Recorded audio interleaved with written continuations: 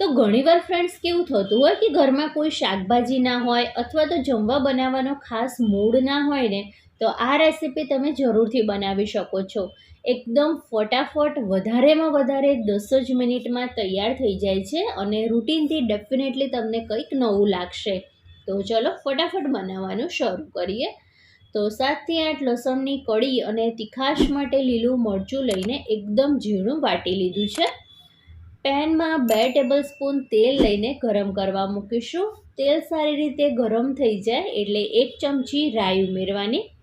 રાઈ સારી રીતે તતડી જાય પછી અડધી ચમચી જીરું, થોડા મીઠા લીમડાના પાન અને 2 ચપટી હિંગ ઉમેરવાની. અને પછી આપણે જે વાટેલા લસણ મરચાં રાખ્યા છે તે ઉમેરી દેવાના. 15 થી 20 સેકન્ડ જેટલું જ સાંતળવાનું છે એટલે લસણની કચાશ દૂર થઈ જાય. અને ત્યાં સુધીમાં 1 ટામેટાને મિક્સર જારમાં લઈને પ્યુરી તૈયાર કરી દીધી છે તે ઉમેરી દઈએ. આટલા માપથી 3 જણને સર્વ થાય એટલું શાક બનીને તૈયાર થશે. એટલે ટામેટાની ક્વોન્ટિટી તમે કેટલા જણ માટે બનાવો છો એ પ્રમાણે લેવાની. અને ટામેટામાંથી તેલ છૂટું પડે ત્યાં સુધી આપણે ચડવવાનું છે. ત્યાં સુધી આપણે બીજી પ્રિપેરેશન કરી લઈએ. તો 1 કપ જેટલું મોળું દહીં લીધું છે, તેમાં અડધી ચમચી કાશ્મીરી લાલ મરચું પાવડર, અડધી ચમચી હળદર પાવડર, 1 ચમચી ધાણા જીરું પાવડર, 1 ચમચી મીઠું અને ટામેટાની ખટાશને બેલેન્સ કરવા 1 ચમચી ખાંડ ઉમેરીને બધું જ દહીંમાં સારી રીતે મિક્સ કરી લેવાનું છે. અને અહીં એક વાતનું ખાસ ધ્યાન રાખવાનું કે દહીં આ રીતનું ઘટ્ટ હોવું જોઈએ. પાણીનું પ્રમાણ દહીંમાં સાવ એટલે સાવ ઓછું હોય ને એવું ઘટ્ટ દહીં લેવાનું. તો અહીં ફ્રેન્ડ્સ, જો તમને મારી રેસીપી જોવી ગમતી હોય અને હજી સુધી જો મારી ચેનલને સબસ્ક્રાઈબ ના કરી હોય તો પ્લીઝ મારી ચેનલને સબસ્ક્રાઈબ કરજો અને બાજુમાં આવેલા બેલ આઇકનને પણ જરૂરથી પ્રેસ કરજો, જેથી આવનારા નવા વિડીયો નોટિફિકેશન તમને મળી રહે. અને થોડીક જ વારમાં તમે જોશો ને તો ટામેટામાંથી તેલ છૂટું પડી ગયું છે. એકવાર ફરીથી મિક્સ કરી લેવાનું અને પછી આપણે જે મસાલાવાળું દહીં તૈયાર કર્યું છે તે ઉમેરી દેવાનું છે. ગેસની ફ્લેમ એકદમ સ્લો જ રાખવાની છે અને દહીંને વઘારમાં સારી રીતે મિક્સ કરી લેવાનું. 1 મિનિટ માટે મિક્સ કરીશું અને પછી શાકમાં તમારે જે રીતની ગ્રેવી જોઈતી હોય ને એ પ્રમાણે પાણી ઉમેરવાનું.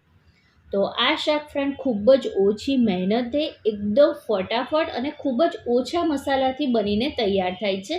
અને એટલું બધું ટેસ્ટી લાગે છે ને કે એકવાર બનાવ્યા પછી દર અઠવાડિયે એકવાર તો આ શાક તમારા ઘરે જરૂરથી બનશે. થોડી વારે મિક્સ કરતા રહેવાનું અને તેલ છૂટું પડે ત્યાં સુધી આપણે રાહ જોવાની. તો શાકના પેનને સાઈડના ગેસ ઉપર શિફ્ટ કરી લઈએ અને આ ગેસ ઉપર આપણે અડદના પાપડને શેકી લેવાનો છે. તમે આ રીતે ડાયરેક્ટ પાપડને શેકી શકો છો અથવા તો તાવડી ઉપર પાપડને લઈને કપડાથી પ્રેસ કરતાં પણ કરી શકો છો. ઓવનમાં પણ તમે પાપડને શેકી શકો છો. તમને જે રીતે ઇઝી પડે એ રીતે તમે કરી શકો. 3 અડદના પાપડ શેકીને તૈયાર કર્યા છે અને પાપડના મીડિયમ સાઇઝના રફલી ટુકડા કરી લેવાના છે. બીજી સાઈડ ગ્રેવીને ચેક કરીએ તો પણ સરસ એવું તેલ છૂટું પડી ગયું છે. એકવાર મિક્સ કરી લેવાનું અને પછી આપણે જે પાપડના ટુકડા કરીને રાખ્યા છે તે ઉમેરી લેવાના. એકવાર હળવા હાથે મિક્સ કરી લઈશું અને થોડીક જ વારમાં ફ્રેન્ડ્સ તમે જોશો ને તો પાપડ ગ્રેવી એબ્ઝોર્બ કરીને સોફ્ટ થઈ જશે. એટલે તમારે જેટલી ગ્રેવી રાખવાની હોય ને એનાથી થોડું વધારે જ પાણી એડ કરવાનું, એટલે પાપડ ગ્રેવી એબ્ઝોર્બ કરે છતાં આપણને શાકમાં ગ્રેવી મળી રહે.